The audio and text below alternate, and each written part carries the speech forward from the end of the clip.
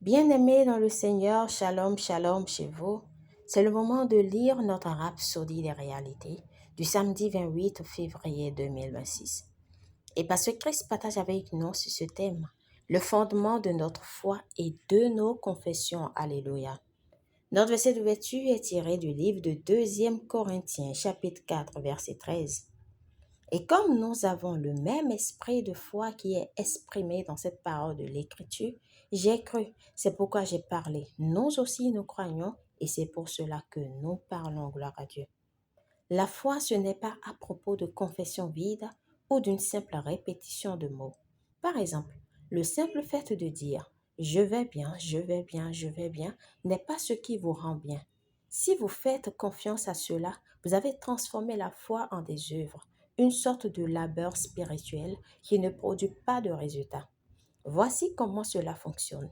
L'Écriture dit « j'ai cru et c'est pourquoi j'ai parlé ». Donc ça commence par le fait de croire avant de parler. Sur quelle base dites-vous « je vais bien » ? Le fondement de notre foi réside dans ce que Christ a déjà fait. Alléluia. Par conséquent, la raison pour laquelle vous dites « je refuse d'être malade », c'est parce qu'il vous a déjà donné la santé divine et vous refusez d'y renoncer.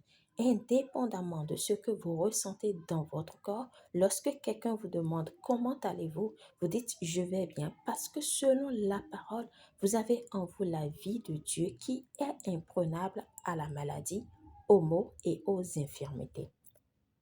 C'est pour la même raison que vous déclarez « je refuse d'être pauvre » parce que Christ vous a rendu riche.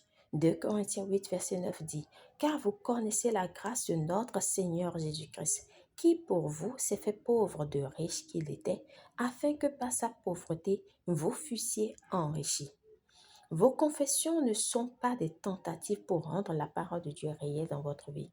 Elles sont plutôt des affirmations de ce qui est déjà vrai en Christ. Alors vous déclarez, je suis riche en Christ, gloire à Dieu. Notre foi en qui nous sommes en Christ, ce que nous avons, ainsi que dans notre héritage et nos capacités en lui, c'est cela la base de nos confessions. Notre foi est ancrée dans les œuvres achevées de Christ. Nos confessions les emmènent donc à se manifester. De plus, nous avons également la capacité créative de faire naître des choses qui n'ont jamais existé auparavant. C'est une opération différente. Cela se produit par la parole déclarée de Dieu dans votre bouche. Et la parole, le mot grec est rhéma. Lorsque vous parlez par l'esprit, vous façonnez de nouvelles réalités, qu'elles soient spirituelles ou matérielles. Mais lorsque vous affirmez votre santé, votre prospérité ou votre victoire, vous ne les créez pas, mais vous reconnaissez et activez ce que Christ a déjà rendu votre. Gloire à Dieu. Priez. Cher Père, merci de m'avoir accordé la compréhension du véritable fondement de la foi. Mes paroles sont pleines de puissance parce qu'elles sont ancrées dans l'œuvre achevée de Christ.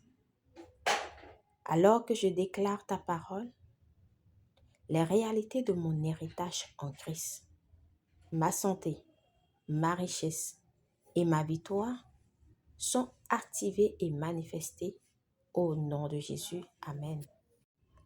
Pour une étude approfondie, nous lisons Philémon 1, verset 6, Romains 10, verset 10, Hébreux 11, verset 1 à 3, Marc 11, verset 23. Nous aimerions vous donner l'opportunité maintenant de recevoir le Seigneur Jésus-Christ comme Seigneur et Sauveur de votre vie.